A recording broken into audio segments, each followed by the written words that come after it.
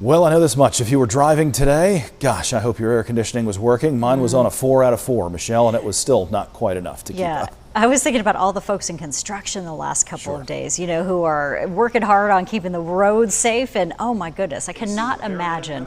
Yes, the AC repair folks. Oh my goodness, it is intense out there, right? The heat. Hopefully everyone has been able to take those breaks and get an air conditioning when you can. And if you can't, hopefully the fan's been running. Even putting that ice in front of the fan can help. Temperatures today reached into the mid and upper 90s and 99 degrees in Winston-Salem. Now down to 78 degrees in Winston-Salem. Thank goodness. So about a 20-degree temperature drop is what we're expecting as we go through early tomorrow morning. 97 to 99 for feels like temperatures too, really heating up all the way into the lower 100s this afternoon. You can see about 104 for Winston-Salem to feels like temperatures from Lexington, High Point, and Greensboro.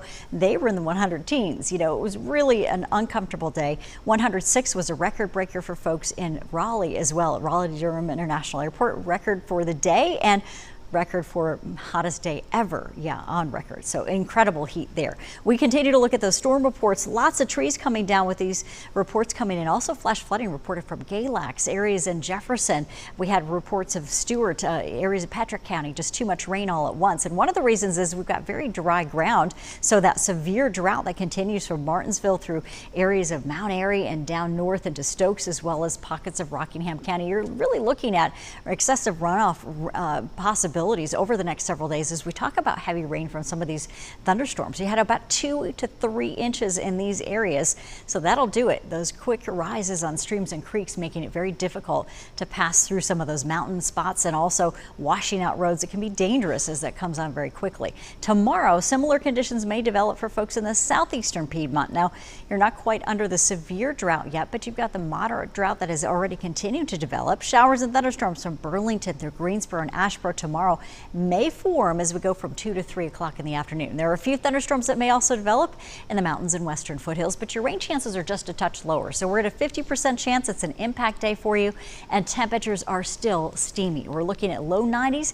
feeling like the upper 90s though for the Piedmont Tri to foothills. Sunday, similar conditions, and it looks like that southern flow of activity could keep us in a stormy pattern there too. Rain chances right now a little bit lower on Sunday, high as we go through the afternoon. Temperatures tomorrow a little bit better than today, but even for a couple of hours, possibly hitting those lower 100s, if not 110 in spots. In fact, areas like Alamance County are under that heat advisory, and you've got feels like temperatures that could be as high as 107 there. Foothills from 74 to 91, still running in those upper 90s, but hopefully rain cooled in spots as we talk about those scattered showers and storms for late day. 67 degrees in the mountains. We've got temperatures there at 86 for feels like temperature. Now that sounds pretty chilly. I'm heading to the mountains. Well, we've got rain chances at 40% out there, and if you are heading to the mountains, be careful with those thunderstorm possibilities. If 1 or 2 storms do bring in heavy rain, it could cause some flooding concerns. We've got hurricane watches tonight along the Texas coastline. We also have now Tropical Storm Beryl. Doesn't seem like it's doing a whole lot, but it's doing enough out there. Isla Perez, this is just north of where the storm is now, seeing some gusts there at about 50 miles an hour. We've also got sustained winds with the system at 60 miles an hour.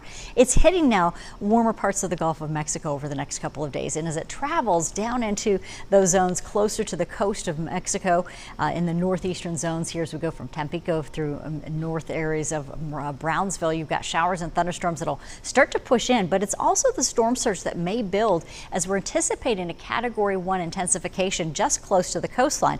And if this slows down a little bit, possibly even more intensification as we're seeing some of that energy lifting in from the sea surface temperatures being so warm. We've got 90-mile-an-hour winds potentially as it now takes a turn more to the north and northeast. So that's a change tonight for Beryl. It does look like this could impact folks a little bit farther north up the coast, so between Corpus Christi, Galveston, Houston could be in line to see some intense rains and flash flooding. And the good news might be that we could pick up some of those remnants from Beryl as it travels east along a front over the next week. So that would be great news for us. And still, we're talking about the tracks possibly changing. For the Piedmont Tri tomorrow, rain chances are at 60%. We've got an impact day for you by the afternoon. Stormy and steamy, though, throughout most of next week.